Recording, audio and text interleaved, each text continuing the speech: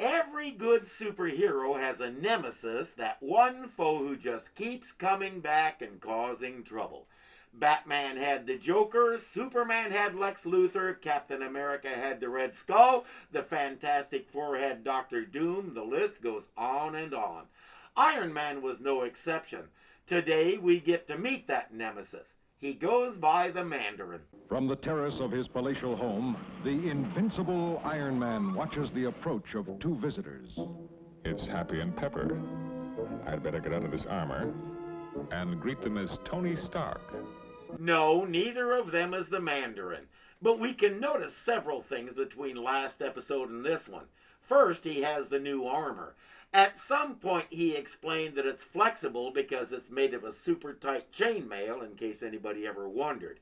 If you're mainly familiar with the movies, you saw a different approach to the flexibility problem, but that doesn't need to concern us.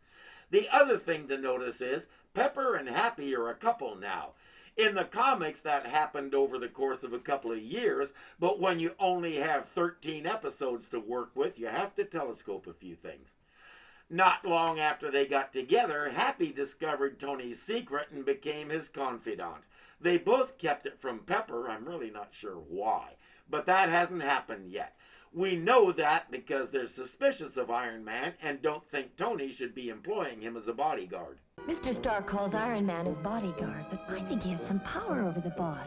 Maybe blackmail. We've got to find out. He has something on the boss, all right. He's keeping him alive.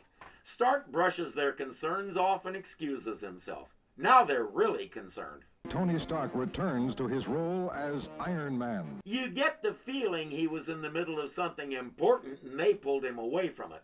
Unaware that he is the target for a strange satellite now circling the Earth. Tracking stations around the world try to trace its origin. It is not one of ours. It must be a spy. Meanwhile, deep in a mountain stronghold in the heart of the Orient, we find the one responsible, the Mandarin. The Mandarin was one of the most interesting villains Marvel ever came up with. He was incredibly complex, his abilities were all over the place, and his plots against Iron Man were always fascinating. Once he made a perfect robot replica of the Hulk and sent it after him. He has unlimited resources and his intellect is in the stratosphere. He's also one screwed up individual who desperately needs medication and therapy. He chooses to be evil instead. And now to give my satellite its final command. Then a beam from one of the Mandarin's rings shoots out. The Mandarin's rings could do just about anything. He had one for every occasion. Later in the episode, we'll find out where he got them. And with pinpoint accuracy, strikes a sensitive switch. Now it is done. Nothing can stop it. And as the beam strikes the satellite with deadly precision, My killer satellite will slay whom I wish, and the one I hate most is Anthony Stark. Why, we don't know, but the satellite fires a deadly beam at Stark's place with great effect. a sensitized alarm within his armor warns Iron Man of approaching danger. In the sky, some sort of beam coming right towards me. I don't know what it is, but I'm not hanging around to find out.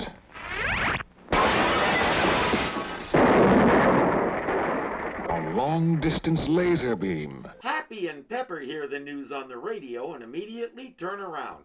There's no sign of Stark. He's missing and presumed dead. You called yourself his bodyguard. How did you escape? Mr. Stark sent me on an errand to get some papers. Maybe our suspicions about him were right, Pepper. That's all he could come up with, an errand to get some papers. Tell him you tried to cover him with your own body when the beam hit, but you were blasted clear of the place, and you survived because you're wearing iron armor, duh. He has more important things to do, like tracing that beam back to its source. It won't take long. It had to be the Mandarin. The next day, a burly, bearded man waits to board a plane. I hope my armored suit doesn't clang under this coat. Picture him going through TSA like that today. I have to put up with full body scans because I have a fake knee. He'd have somebody's submachine gun up his nose before he could even move. Hours later, over the Asian coast, Did you see that?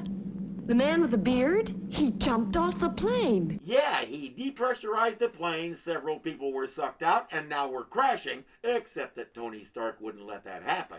He found a way to open the door while not letting the air rush out. Science, you know. Ah, just as I expected. He comes. Guards to your posts. Man the defenses. Now to set everything in motion. And sit and wait for Iron Man's defeat. That beam. It's coming at me. I'm caught. The Mandarin has come up with a way to make light beams move much slower than the speed of light, which is why Iron Man saw that one coming at him, but it took a while to hit him. Science, you know. It's pulling me towards the rocks below. I'll have to turn my repulsors on before I hit those rocks. I'm not sure what he means by repulsors. He had what he called repulsor rays built into his gloves so he could fire them at anything he needed to, but I never saw them do that. My repulsors stopped me. But the spots before my eyes. I'm not just imagining them. They're flashing light impulses. They must be another of the Mandarin's traps. Those hypnotic flashes will sap his strength. I've talked many times about how radiation and nuclear energy were magic in the 60s. Hypnosis was equally magic. You could make anyone do anything by putting them under. The thing is, hypnosis not only requires some sort of focusing mechanism like those lights, it requires verbal coaching to reach that suggestive state. I feel weak. Must have been those flashes. But there is the Mandarin's castle. Guards, attack Iron Man!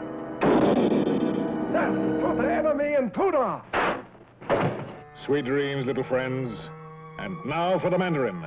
Their faces are made of meat. His fists are made of metal. What did the Mandarin expect to happen? First, I'd better check my energy gauge and see... Oh, the power level is falling. But I've no time to stop and fiddle with it now. He should know it's going to bite him in the fall later.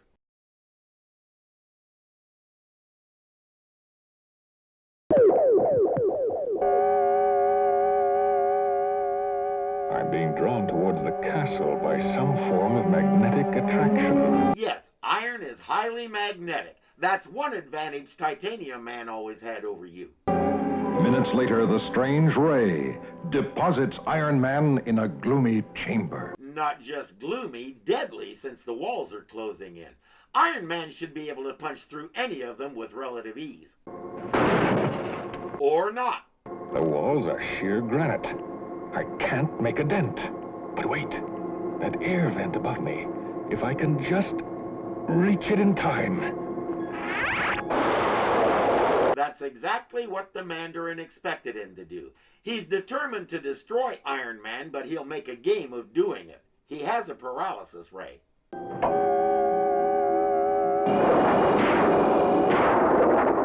Look, you weak apology for Genghis Khan. Genghis Khan was Mongol, not Chinese. I can take anything you can dish out. Yeah, as long as his power holds out. Let's go on the attack. Talk is cheap, mister. Did you think brute force could down the Mandarin? I'm not sure what the idea was there. I could say that's using your head, but it really isn't. I'll catch you with a blast of high-frequency waves. Nothing can escape them. Nothing, perhaps, save the hands of the Mandarin. When one high-frequency wave encounters a second, they nullify each other. What's with all these lame gadgets? Where are his good old repulsor rays? On the other hand, keep smashing his equipment and you limit what he can do to you. Will Iron Man figure that out? Nope. This time a direct paralyzer ray from the Mandarin's ring does the job. Iron Man is helpless, but only momentarily. Still, it's enough for what the Mandarin has in mind. You fool! With one gesture, I electrify every single wall. There!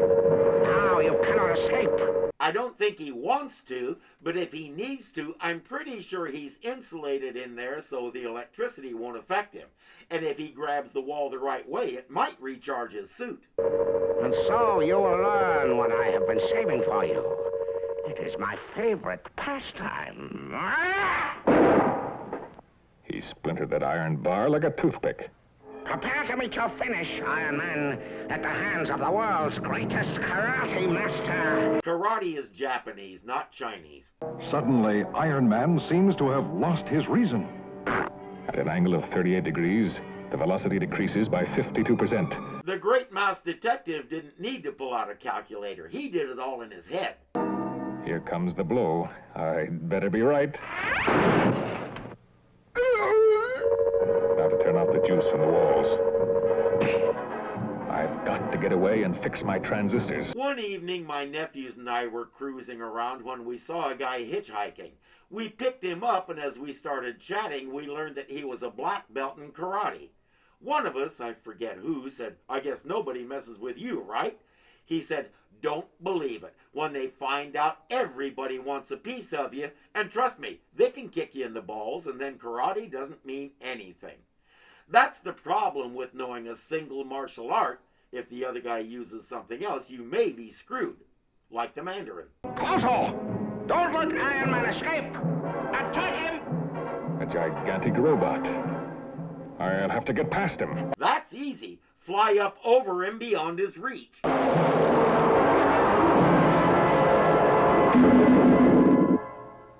Close!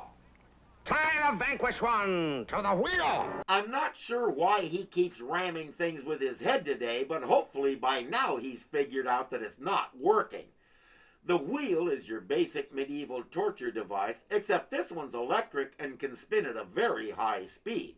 But before he throws the switch, the Mandarin has a story to tell. One day, on a lonely mountain road, I glimpsed ahead of me a glistening metal shape, like something never seen before on the planet Earth. Then, upon entering, I knew it was a ship which travels between galaxies. Ah, yes, the old founded in an abandoned spaceship boy. Who and where are the inhabitants? Doesn't matter, because when he gets done, they won't be able to go anywhere anyway. I had to find the source of the ship's power, and find it I did. Within 10 small rings were gems which contained unlimited energy. He studied the rings until he had mastered their power, and that's how he got where he is. His ultimate goal is world domination. And this is only half the story. In the comics, when he told his backstory, we learned that he was an orphan, a street kid, but he aspired to much more. He liked to get his hands on fancy clothes and dress as though he was upper crust, and to mock him, the other kids started calling him the Mandarin. Up until the fall of the Qing dynasty in the early 20th century, a Mandarin was a high public official who was usually distinguished from everybody else by his clothing and accessories. Our street rat was determined to become such a person someday, so he held on to the title and made the most of it. Even now, I have one missile, Ricky. He really expects to do it, but not while I live. If I can bring this secret blade into play... There.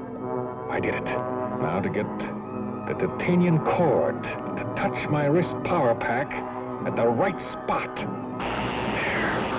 Now the faster the wheel turns, the more it will enable me to recharge myself. Over the course of the early comics, it often annoyed me the way he talked about recharging his transistors as if they're batteries.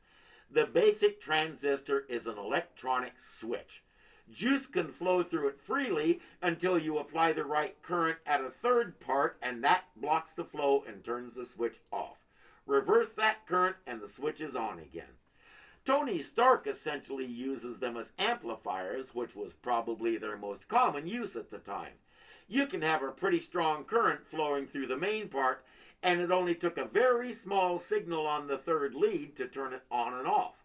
If you do that at a high enough frequency and pipe it through a speaker, you've produced sound, much louder sound than what you had at that third lead. You've taken the juice flowing through the transistor and modulated it to produce audible frequencies. They can amplify lots of other things too, and that's what they do in Iron Man's suit. But one thing they don't do in his suit is store electricity and need recharging.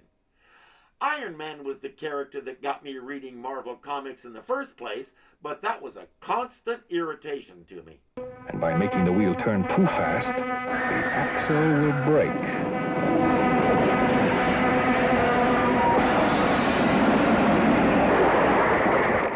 I destroyed the wheel and smashed through the wall. Now I've got to find the Mandarin and stop his missile. The Mandarin said he's going to pit countries against each other, and from the ashes he'll emerge as ruler of the world.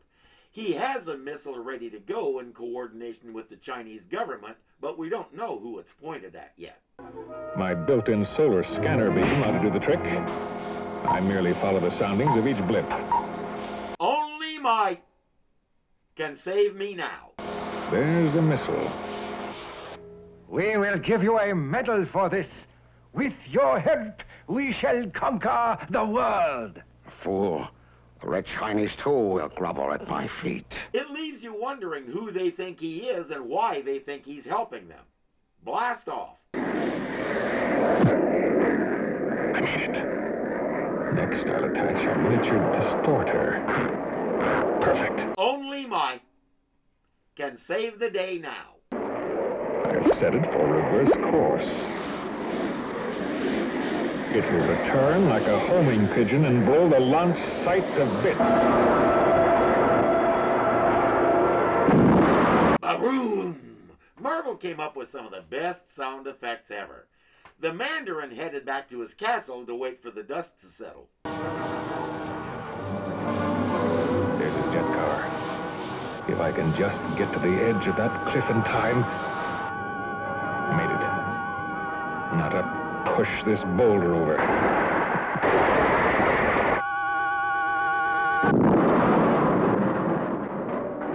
Wrong dust. Here comes the showdown. My flame ring will melt you into nothingness. It's gotta hit me first. I have a weapon or two myself. This gas spray should blind you. His mask is filtered against fart spray. Not a chance. But this should stop you. I can't see a thing, but I can still toss this rock. At that moment, We have found the traitor. Open fire. Fools! Why do they fire at me? He doesn't know. He thinks the missile is still on target. then with the Chinese in hot pursuit, the Mandarin leaps on a flat rock and, using his jet ring for a source of power, takes flight. The missile isn't on target, but they are. Remember your little old missile? I kind of arranged for it to go back where it came from. I'll never underestimate you again, Iron Man. The Mandarin is beaten for now. That means there's just one thing left to wrap up. Happy? I'm sure I heard someone moving in Mr. Stark's office. It couldn't be Mr. Stark, but maybe Iron Man has returned. Let's go in and find out. Oh, it's Mr. Stark. Holy cow, boss! It's really you! We thought you were dead. Dead? Now, whatever gave you that idea? That's all they get. No explanation, no apology. He's Tony Stark. He's above all that stuff. The Mandarin was an excellent recurring villain because he's a Lex Luthor type. He has all kinds of powerful items, but his main weapon is his brain.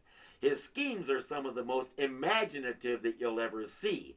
Iron Man will have to fill in the blank again and again to keep up.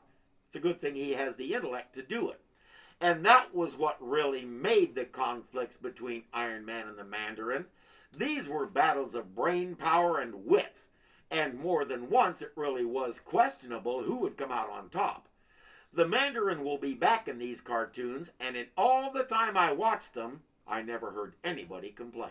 Tony Stark makes you feel he's a cool exec with a heart of steel. As Iron Man, all jets ablaze, he's fight and fight with repulsor rays. Amazing armor, Yes, Iron Man. a blazing bomber. Yes, Iron Man. car that won the what? We should start the good grief.